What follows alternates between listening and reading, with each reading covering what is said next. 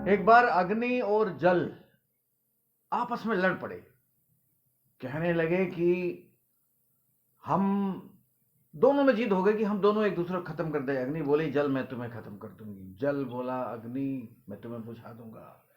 ये लड़ाई होते होते परम शक्ति तक पहुंची। फिर लड़ने लगे दोनों। परम शक्ति ने कहा रुको,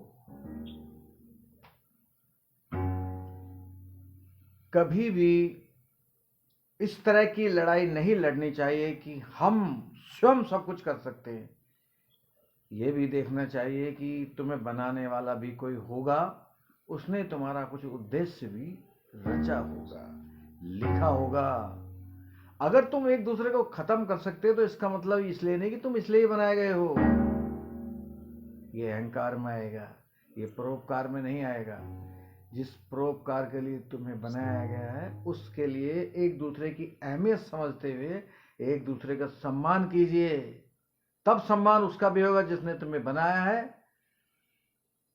इस बात को सुन के दोनों नतमस्तक हुए, दोनों ने एक दूसरे का प्रणाम स्वीकार किया और तब से लेके आज तक दोनों रहते हैं। एक दूसरे को खत्म भी कर सकते हैं मगर रहते हैं। ये जीवन का बहुत बड़ा उदाहरण है कि तुम्हारी नेचर विपरीत हो सकती है मगर फिर भी रह सकते हो एक साथ। एक दूसरे का सम्मान कीजिए, एक दूसरे की अहमियत को समझिए। हर व्यक्ति या हर वस्तु अगर इस संसार में है तो उसकी अहमियत है, उसका होना कोई ना कोई कारण से है। वो उस कारण की उपयोगिता है, उस कारण के वजह से बहुत कुछ अच्छा हो रहा होगा। उस कारण को खत्म करने की चेष्टा मत कीजिए।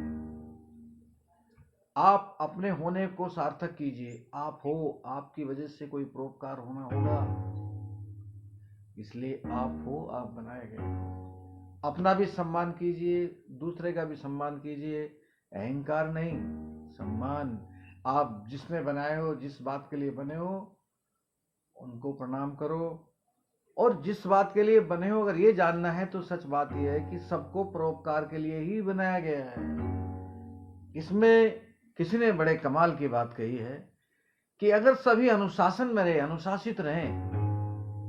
अनुशासित रहने का मतलब है परोपकार में रहना, जन कल्याण में रहना, कल्याण के कार्य करना, क्योंकि ईश्वर कल्याणकारी है, परोपकारी है। हम उसके अंग हैं, हम उसके कार्य में शामिल हों। इससे अच्छी क्या बात है। अपने विपरीत गुण होने का भी सम्मान कीजिए।